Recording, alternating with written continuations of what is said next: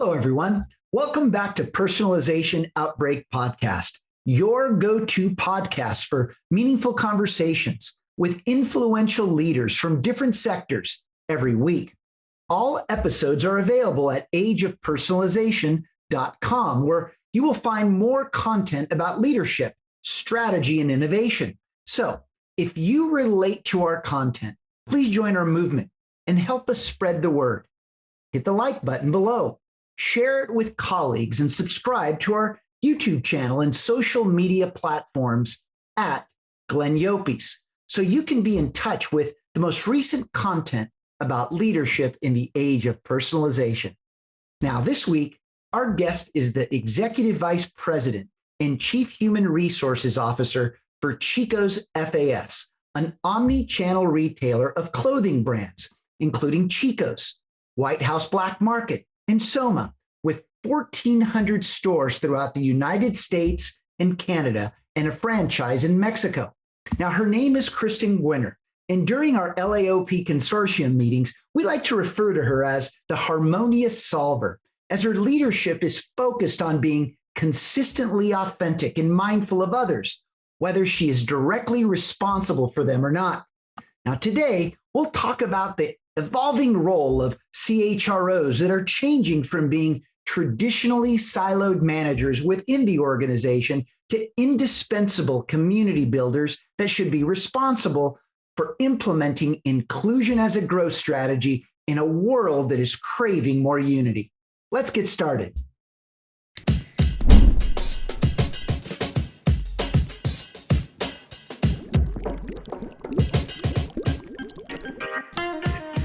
You are listening to Personalization Outbreak, a podcast about the collapse of traditional corporate standards in today's more personalized world.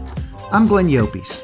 I'm a leadership strategist, author, contributor to Forbes, and founder of the Leadership in the Age of Personalization movement. On this show, I'm interviewing executives across multiple sectors to find out how the balance between standardization and personalization can exist. So, Kristin, welcome to the show today. Thank you. I'm so glad to be here. Thanks for the invitation.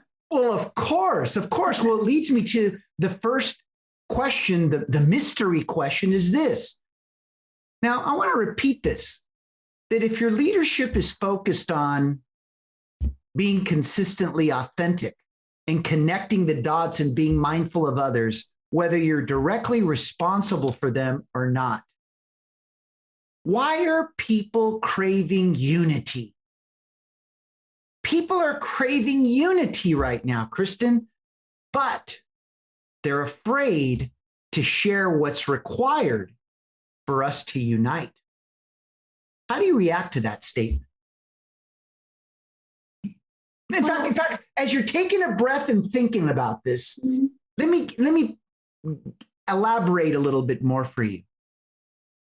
During these times of uncertainty, during these times where we're all reinventing ourselves, it's become clear that most people, I'm going to say most because I can't unequivocally say all, it's all about what's in it for them at a time when it's about, should be at least, for the betterment of a healthier whole. So again, if people are craving unity, why aren't they willing to share what's required for us to unite? I mean, you're the harmonious solver. What do you think? I think there's a couple layers to that. But, one thing is this year and right now, some of the challenges in front of us have made us, I feel, insecure. So I think the natural part is where someone would go inside to say, first, I need to take care of myself because I have so much on my mind, or I'm trying to figure it all out. And so let me take care of myself. But I think through this pandemic and through the world of work today and in community, now we're also saying, how can I help others? Which then does unite us. Because I do find that when people, and myself included, have had a chance to help solve for others, it also helps increase our own unity, self of belonging, how we help each other. And so I do like to solve outside of my, I would say, wheelhouse, or just my own issues. I think when we reach out and show others what right looks like, outside of what's in it for us, you are actually extending an opportunity for someone to first gain from it, but also learn from it. And then I think people pay it forward. So, Kristin, I heard a few things here. And of course, Scott, you could jump in early. I'd encourage it because this is such an interesting question, I think. But what I heard you say is that it's insecurities that don't drive us to share what's required for us to unite. But yet, if we think about others in pursuit of what's right for the healthier whole, it actually helps solve for our insecurities. So then why aren't we letting go? What do you think, Kristin? Well, and by the way, excuse me, this is what I believe is happening, not just in society, so in the workplace. So maybe you can give us some context based upon what you're seeing as the CHRO.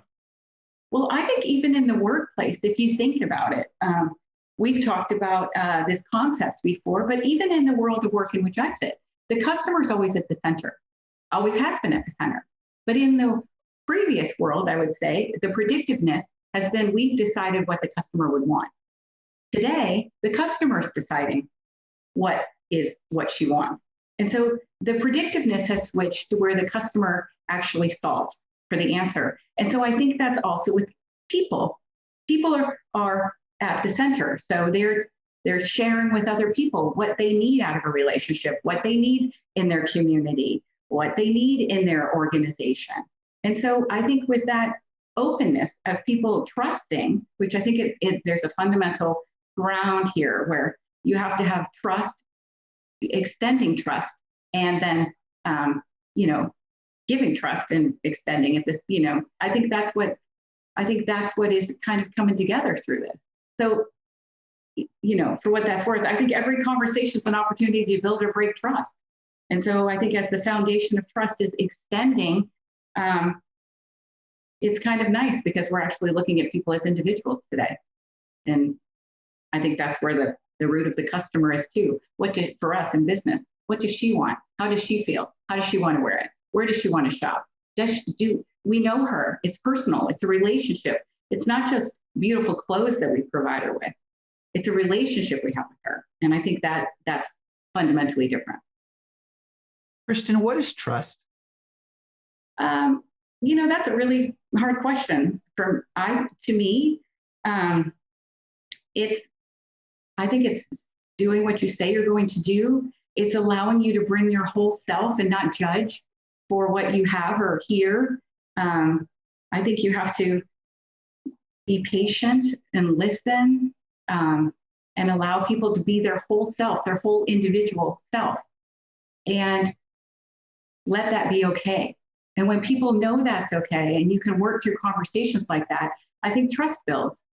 And so I think then fear diminishes. And I think that's a beautiful thing. And, like you talk about, Gwen, before, and I've said it before when we've talked, is I really like the representation where you say, we're all like pieces of this beautiful mosaic, and I'm a tile and you're a tile and Scott's a tile. You put all those tiles together and you build this magic of something beautiful. And I think that's where, if you allow people to be themselves and feel a sense of belonging, you come to the center for what you're solving for. And for this might be the picture of the mosaic.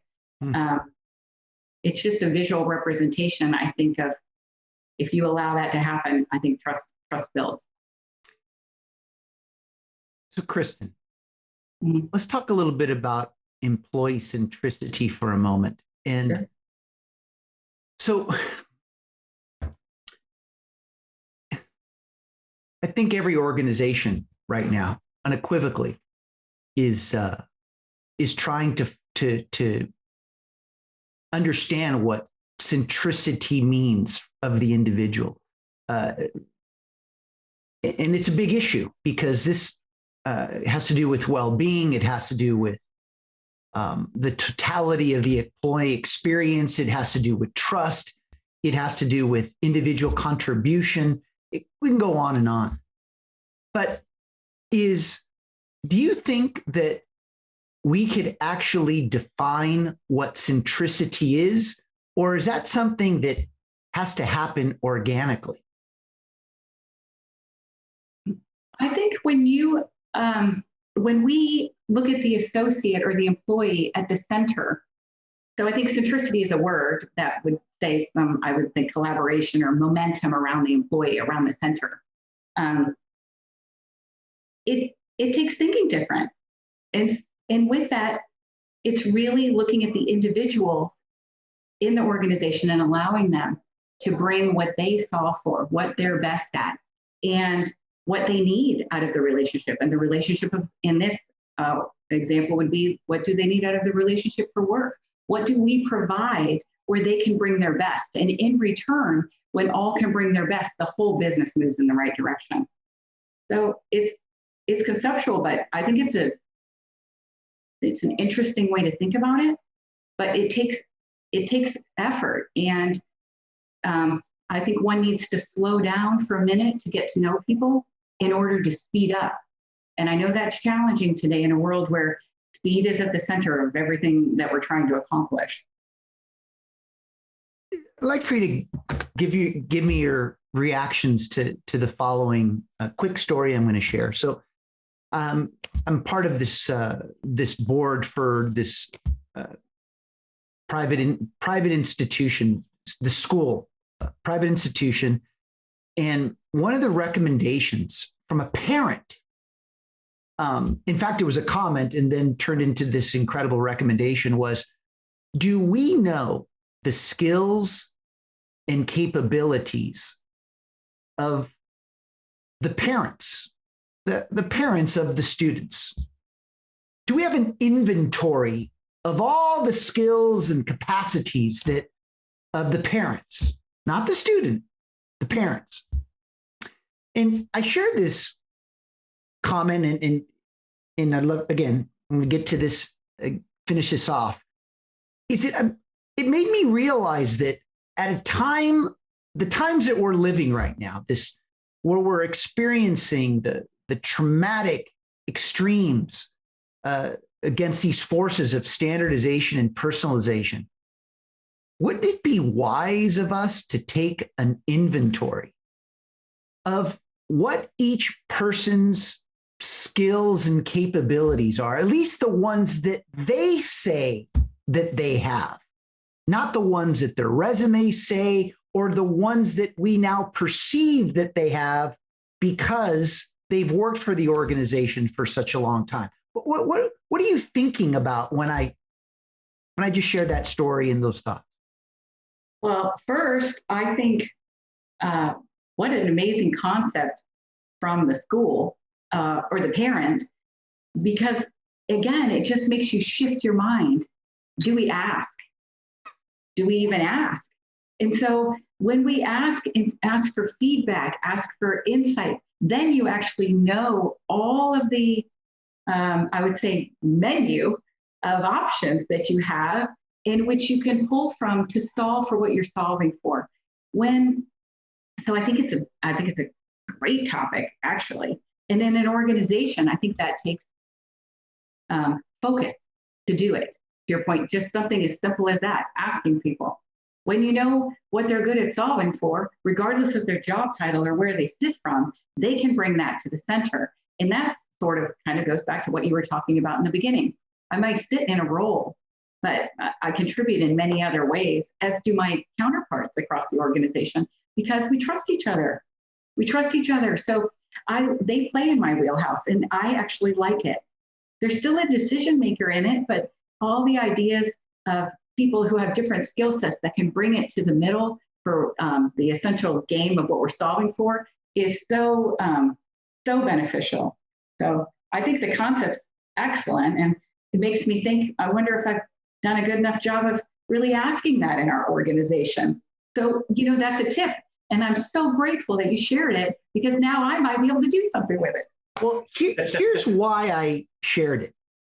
And I'm going advanced with you, Kristin, because you are so good at what you do. In fact, we'll talk a little bit later about your vision for what the CHRO function must become and how it can get there.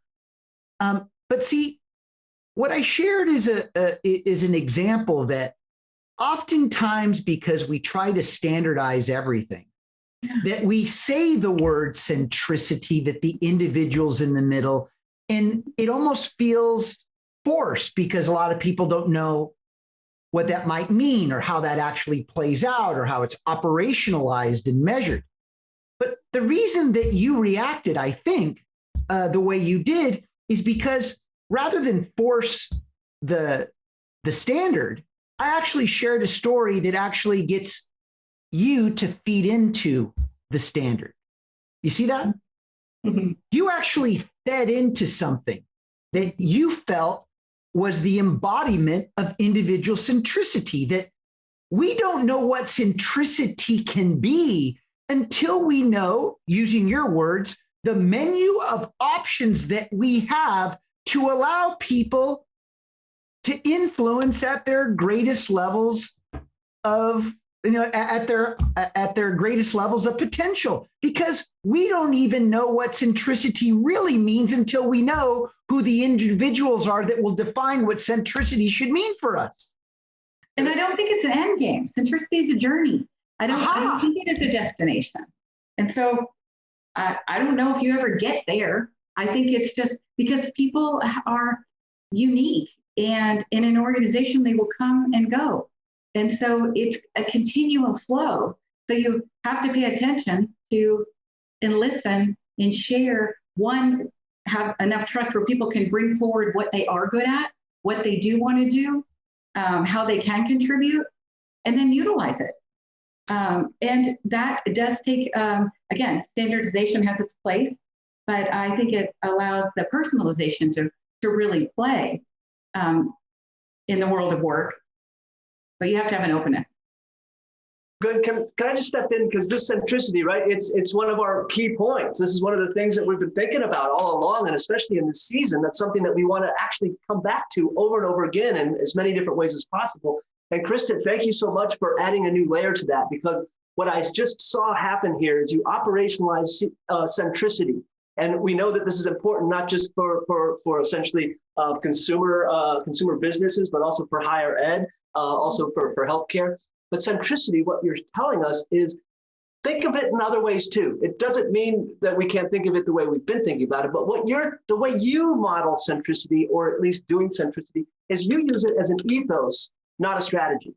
Mm-hmm. You use it as a value, not a strategy. So centricity isn't driving you to basically create checklists of have I been centric enough or have been customer centric enough, because you're never customer centric enough is what you're saying, because centricity is about a relationship of asking. It's a relationship constantly of inquiry and of feedback. It's a connection that is not static. And so I'll close this little mini comment with just a thought with a thought and a question from an HR expert like yourself.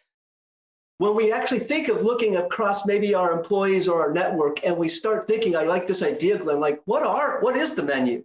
I would like to kind of play with that metaphor of the menu and our sort of list of skills.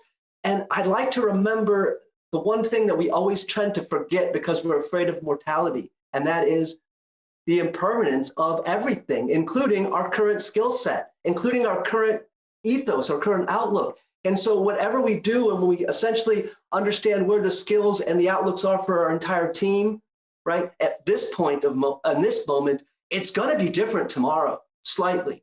And if we are doing our jobs as leaders and as people that are part of this team of building others, right? Helping to build others, we definitely want to make sure that skill set, and every time somebody puts a skill to me, to you, to anybody, has a major asterisk that says this is a contingent truth that will be built upon because our system is invested in making you even bigger and more than what you say today. Anyway, what do you think about that in terms of how we misinterpret static skill sets and orientations and essentially reify them to the point where once we actually activate them as administrators or leaders, we're actually administering to ghosts because that doesn't exist anymore. We're in a whole new layer. What do you think? I think you're so interesting, is what I really think. But what I would say to that is we are, the world isn't static. People aren't static. And so we are, as I always say, I'm as good as my last day. So let's keep moving. It's a continuous learning process. So today, yes, I think we have to know what are our skill sets and then try to pay attention to what's coming into the future, although we can't always tell the future, so that we continue to build it, also sharing knowledge, sharing with others. But just as we've done here, your idea sparks an idea in myself. Then I think about something different, and then I share an idea with Glenn, and then it sparks an idea in him. And so even that sharing part allows us all to rise. The tide all rises when we have enough respect and trust to share in a conversation, share our expertise. That's what, I say here, share the knowledge, share your information, because it only helps someone else grow, which then in turn helps you grow. And so I think it's all part of that leaving a legacy, getting us to go forward. And in our world, to your point, Scott, I think you bring up it's that community part. And so we say, we want to be part of something. We want to be part of something that we believe in. And then that gives us energy to want to work harder and do it better. And so whether it's your workplace, that's your community, or communities within your workplace, something that you believe in and feel a sense of belonging, or your actual local community or national community, or, I think those parts spark us individually, which then I think makes us want to be better, share with others. And then again, I just think that's a little contagious. Love it. And Glenn, it goes back to your whole thing about growing, right? It's about, we have to sow and grow. We have to leave the space for the grow. So when we're doing these skill sets assessments, man, I love your ethos of the sow and grow. Let's sow and grow by not having a static list of resources and skills. Yep. Let's do that right now. Okay. Kristin, how do we transform the role of the CHRO? Because, let me see if I can help tee this up. You don't have to agree with it. But I think you both are talking about it, that we've, again, and I'm trying to be mindful of our listeners and fellow HR practitioners or HR professionals, as we've heard for years. But isn't the role of the CHRO, the Chief Human Resources Officer, one that needs to become a community builder and silo buster? I mean, at the end of the day, it's all about people. And corporate strategies weren't designed to serve the mass variances of people. And so here we are in the face of the pandemic, trying to figure out what it's going to look like on the other end. I mean, silos can't exist much longer. And yet the CHROs in many ways have lived within their own silo, but now you need to become community builders. What do you think about the future of CHROs, Kristin? I think you bring up a really good point. And we are responsible for cultivating an environment where people feel a sense of belonging. And so I like to use the word community because people can tend to get their head around that. But it's not just sitting in what I'm going to call human capital, or yes, we have to determine how we mobilize our human capital to work towards accomplishing the strategic objectives of the company. Absolutely. And all the parts that feed into that for human resources. However, you really need to, I would say, I call it the concept of the power of and. We need to know our businesses. You have to be an executive first. You need to understand your business end to end, front to back. And then you need to understand how all of the things fit into the parts. So I say it and, like I look at the business we sit in. Then I look at the human resources part of it that has a complement to serving the business. But then I look at the data and the analytics so that I can make better decisions. So there's so many ands to the part. But it all wraps around the community and sense of belonging. But you have to still pay attention to all the, I would say, the analytic part of your business, the strategic part of your business, the inputs and outputs of your business that aren't just human capital, to really make better decisions so that you can see around your corners a little, to make sure that you really are thinking about ways in which you can influence and enhance the community of people and their skill sets, what they want to belong to, how they want to play in that to serve the overall part. So if that, I don't know if that's confusing, Glenn, or if it makes sense. No, not at all. In fact, let's make this a CHRO whiteboard session right now of the future. So here we go. So what I'm seeing here or listening to as I listen to you, Kristin, is that the CHRO of the future is going to be, well, which is really now and into the future, needs to be the one to help create a community of leaders who also assume the role of HR, of human resource. In other words, not everything can be done in the HR department. With now in this age of personalization, every functional leader, department head, all they do is deal with people every day. So are we equipping all the different departments within an organization to understand the individual, to train the individual, to get the most out of each individual's potential based on not only that functional role, but how it interconnects with other functions that it's dependent upon? Because see, in the past, that used to be part of what HR should have been doing. And then, of course, we assign these HR leaders to functional roles. But I don't know if that's enough. What I'm seeing is that functional leaders within an organization are becoming the CHROs for those functions. So I actually see this whole new sense of HR leadership communities that are forming within an enterprise that the CHRO should be helping to mobilize to get the most out of their people, to create interconnectivity and interdependence across the organization, so that we're doing what? Goes back to the beginning of this podcast. We're organically creating people centricity. What do you think? I think that that is what I want to be a part of, and that is what I'm a part of. And leaders, we own it. I think we have the accountability to it. And as a CHRO myself, again, sharing, teaching, mobilizing. Again, it is crossing over. It's me taking ownership to make sure that I understand the business.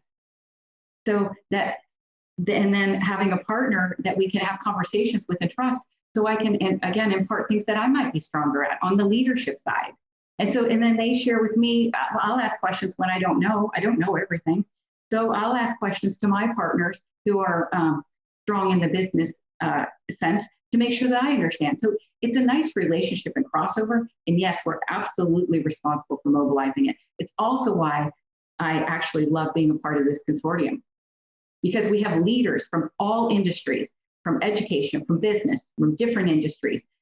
They're not all CHROs, but I've had some fantastic conversations with business leaders that understand the human resources aspect of moving their business within their companies. And so I think that's the part of the mobilization, Glenn, that I am committed to and excited about.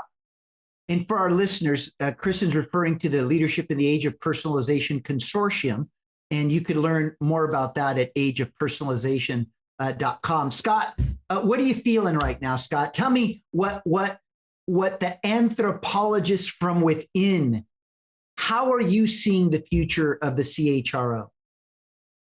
I think, Kristin, you helped me to see it a little bit more clearly. And I think it goes back to your original comment where you're saying essentially your own approach to the job, which is essentially you're in somebody's corner and you're there to help them with the solve, even if they're not in your garden, even if they're not in your part of the garden or of the operation. And that's why you talked about needing to kind of not just know HR, but right, you said HR, yeah, we are the lead community builders. And I really love that metaphor, Glenn. I think that you're spot on with thinking of that and building that concept of just the HR division in general, let alone the leader of it, as a lead community builder. But what Kristin did instantly, right, is say, yeah, but, right, and no, she doesn't do buts, she does ands, right? She said, yeah, and we also need to know the entire operation, because by knowing the entire operation, she's helping the other. She's helping to solve things that are connected to her, but maybe not in her purview. And I think that ethos, the know your garden, but you damn well better be taken care of and doing whatever you can to help out every single garden around you, because together, all of these collective gardens are the ecosystem that is your company, that is your essentially success individually and collectively. I'll have another idea to kind of wrap up. I'm kind of boiling it up right now, but I'm seeing another amazing case study here, Glenn. So let me, this is interesting. So Kristin, a couple of big, bold declarations and opportunities came out of the 2020 summit last October. But see, you just defined as the harmonious unifier how we can solve through looking at the CHRO as this community builder to solve a couple of things. One was employees are not operating at their full potential, right? They would rather play it safe and be what the organization wants them to be rather than what they seek to be themselves. As a more community-minded leader across the institution, how do we solve for that statement? Yeah, I think on a few different moments on that. One is, are you listening to what they actually want to do and what they can contribute to? So providing feedback, making sure you're looking at their whole self. Again, it's not just work. I mean, work's important for sure, but you have to care about them. They need to know you care. We care. And so, we care about you, and not just for the work in which we need you to provide. We care about your whole self. We care about your family. We care about your health. We care about what's important to you. We care about what do you want to get involved in here? How do we put people that have similarities with you together? What would you like to learn that's different that you want to get to know somebody about? So when you think about how you build around the person to what's important to the person, that's the community part. But you have to put your headset into what's important to them versus always thinking what's important to me. And then, as we know, the interesting part about that is it ends up working better for yourself anyway in the end, but that's not the reason you do it. And so I know it sounds a little, general, but if you really take the time to do that, is what I'm seeing the synergy really take off. And so when we slow down to really ask people more about them, ask for understanding, ask them to share their perspective, solve for things that they're asking for, taking their ideas and implementing them and giving them credit. There's so many generous ideas with associates throughout this organization that have helped the organization propel forward. And from the customer, frankly, the customer, so I would say people are just energized and offering their own self, which then when you listen and really authentically listen and share in the relationship of conversation of that's where we're seeing product is better, engagement is better, social is better, the community is better inside the company, outside the company, and then again in the local community. And so it is a bit of a flywheel, for lack of a better word, once it starts. I'm trying to create some healthy pause right here. Okay, good. This is the line of the year. Building around the person. How do we build around the person in pursuit of the organization's goals and objectives? When it's historically been what?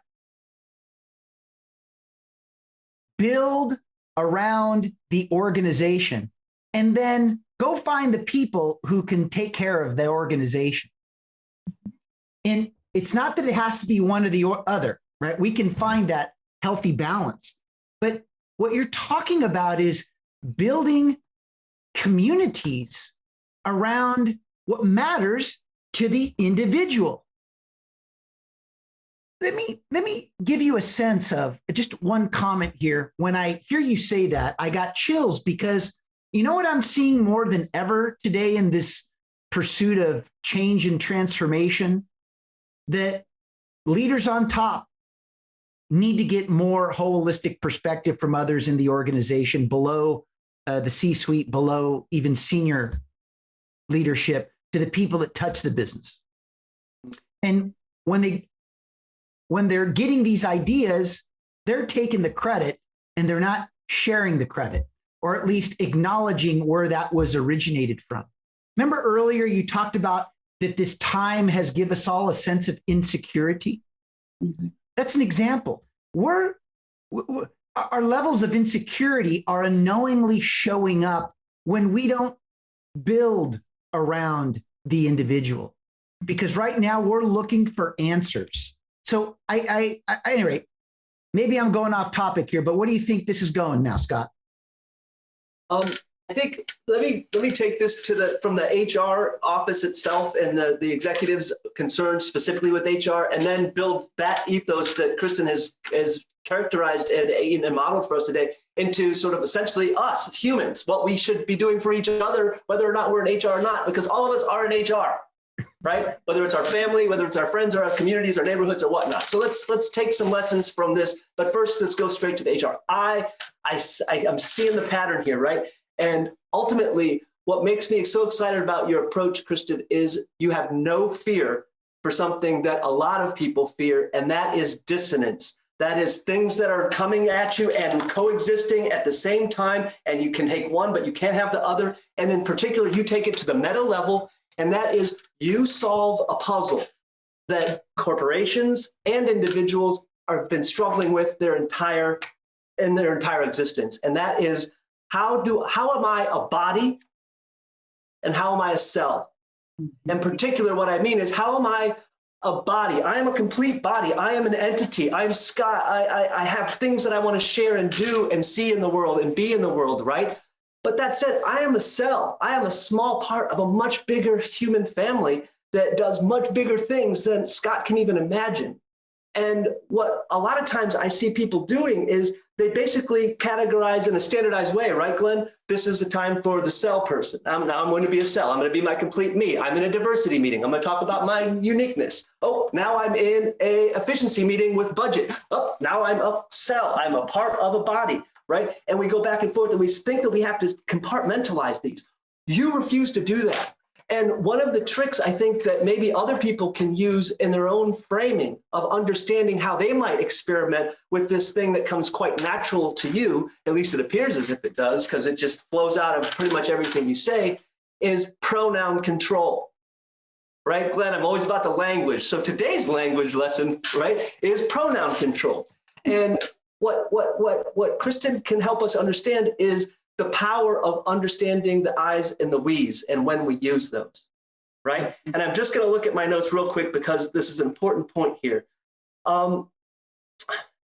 We can model the power of I only through the lens of we,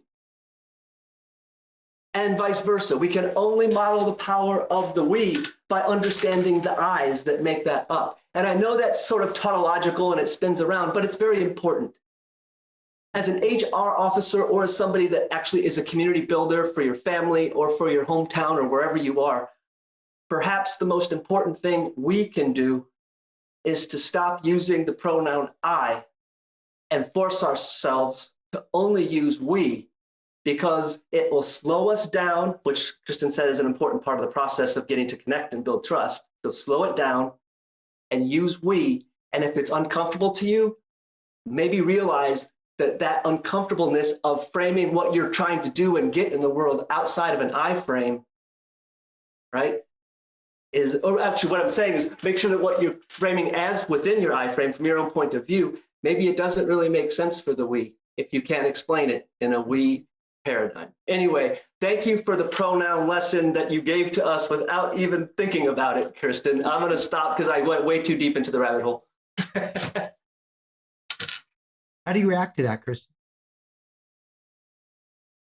I think that the interesting part of, when I listen to you is if you put the accountability to yourself from the I perspective as you're incorporating others with the we mentality, it'll work. but we have to be part of the solve.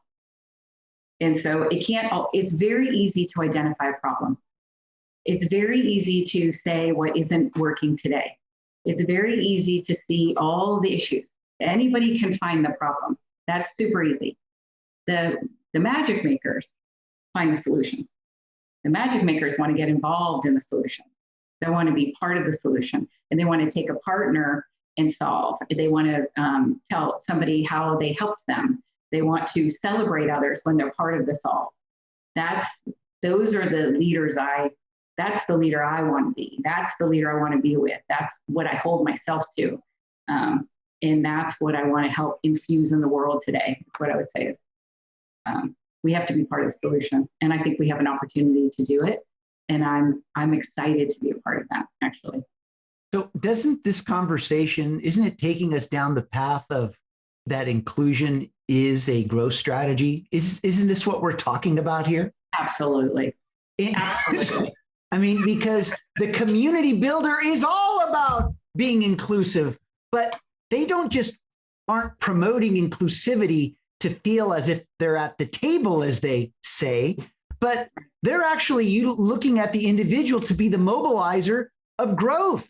So are we concluding here that the CHRO of the future needs to be the one that propels inclusion as a growth strategy?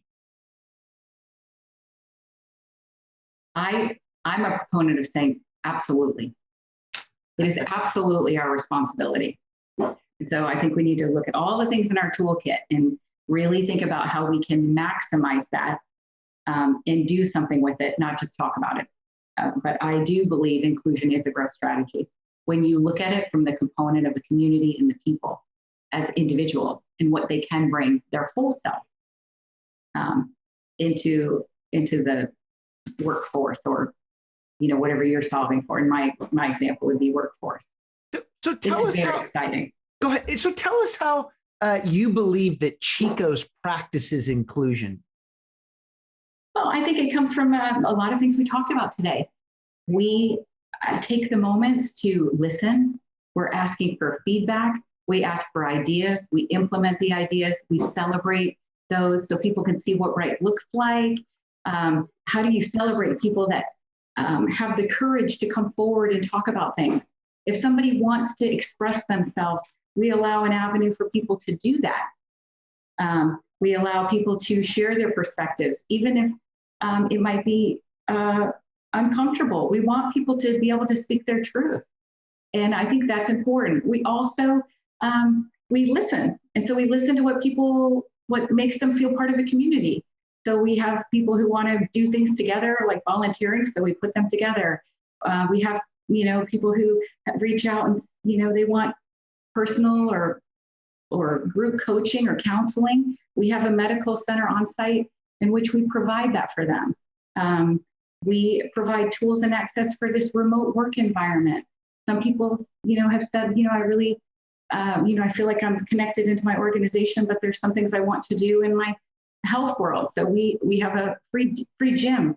We have daycare on site for parents who need solutions. And so again, when you put the associate at the center, those are some things in which we do, but even deeper than that, we allow people to bring themselves and solve for many of the opportunities we have in our workforce. And I see that's exciting when people have a chance to be good at what they're doing and then be able to share their successes with others. And again, idea sharing and collaboration. I think those are things that we try to do. So it's not a one size fits all for inclusiveness at Chico's. It is listening and then personalizing it a bit to what's the experience to that associate, regardless of where they sit. We're all in different parts from the team here. We don't all sit in the same seat. And so it is not a one size fits all. So we have many different things that we want people to play and engage in ways that are the most meaningful to them. What do you, as we start to wrap this up, Kristin, what do you tell a CHRO that is having a tough time right now? Well, I think that one is think about what you're trying to solve for. I think it's always important to take a step back. Sometimes it can be overwhelming if you're not really clear on what you're trying to accomplish. The second I would say is call me, because I'd like to help you. And I'm not sure I could, but I'd like to. But I think that's part of the community. There's always someone to help. So don't feel like you have to solve everything on your own. You don't have to have all of the answers. There is a lot of people who are trying to solve for the same things in the world today. And even though we work in different companies and might be competitors, you could still share a lot of ideas to help people get better without, impeding on the competitiveness. I think we're stronger together as a we're stronger together as people, helping us all rise, whether you're in education or different companies or, in our community. I think it's time for us to share our knowledge and help others get to where we have been. And maybe they can get there a little faster than maybe we had the opportunity to, because maybe we didn't have the right mentorship or community for ourselves. And I think right now, we should link into our community. So I would encourage any CHRO or person in human resources to really open their mind on who their community really could be. So first of all, you have been everything that we talked about from the beginning. Authentic, trustworthy, wanting to mobilize people, whether they're issues that are regarding what you're involved in or not. And so you made a very generous offer, and I would just recommend to make this simple is if you want to connect with Kristin, you can find her on LinkedIn, and I would just send her a note that said that you heard her story on leadership or on personalization outbreak podcast. So Scott, how do we put this in a bow today? What do people walk away with from Kristin's incredible knowledge and wisdom that she shared? The main point, I think, is species level thinking. I rarely hear species level thinking in terms of HR discussions and some of the discussions that we've had, the way that I hear it from you, Kristin. And with the species level thinking, what you're doing is you're not only, from my view, you're not only empowering that body, that person, right? That's part of a bigger thing, but you're helping the whole. You're helping the whole organization, right? And by that, I basically mean when I see you working in my mind, what I see you is that you refuse to do what most of us think is the end game, which is to meet people where they are. Treat them as an individual, recognize their uniqueness, and meet them where you are. The cool thing is that you're not into that static notion, that illusion of here we are and here's where we'll always be, and here you are and here's where you'll always be. You seem to be pushing us, and tell me yes or no. Are you telling us that instead of seeing people where they are and meeting them where they are to bring them into our org and to make a more efficient org, are you saying that we need to essentially see people where they want to be? Because I think that's where you're at. I think you're seeing these employees and these associates as who they want to be, where they want to become, as opposed to who they are at the moment. You recognize nobody is who they are at this moment. This is just a pulse check. And there's far more potentiality and possibility if we open up that framework to realize that who I am today is here, but it's growing. If you just sow and grow like Len teaches us. And as Kristin teaches us, if we share. So Kristin, what are your final comments? I would just say this has been fantastic and so much fun to talk with both of you. I think we're on a great journey, and I think there's a lot for us all to contribute into our world today. And so I am thrilled to be a part of it. And I hope that, we could have a conversation down the road again and just show some of the movement that we've made and how we've contributed into building communities, wherever we're at, whatever seat we sit in. I just want to thank you both so much. Thank you. Of course, Kristin. Listen, you at the end, and just to bring the intensity down a bit, Kristin is very unique, and what you hear is what you get. And I just encourage you to continue to be inspired by the words that Kristin shared with us today, because we all need to be harmonious unifiers. We all need to be community builders at a time where we're operating at the extremes of the competing forces of standardization and personalization that shouldn't be competing. Shouldn't be competing, but they are. So, Kristin, thank you so much for joining us today. Thank you for how much you care. Thank you for recognizing that we are all better when we have our mindset on for the betterment of a healthier whole. So thank you very much, Kristin. Really appreciate that. And as we end every one of our podcasts, when you lead in the age of personalization, you will see things that others don't, do what others won't, and keep pushing when prudence says quit. Thank you very much, everyone. Thank you, Kristin. Thank you too. Thank you. Thanks for listening to Personalization Outbreak.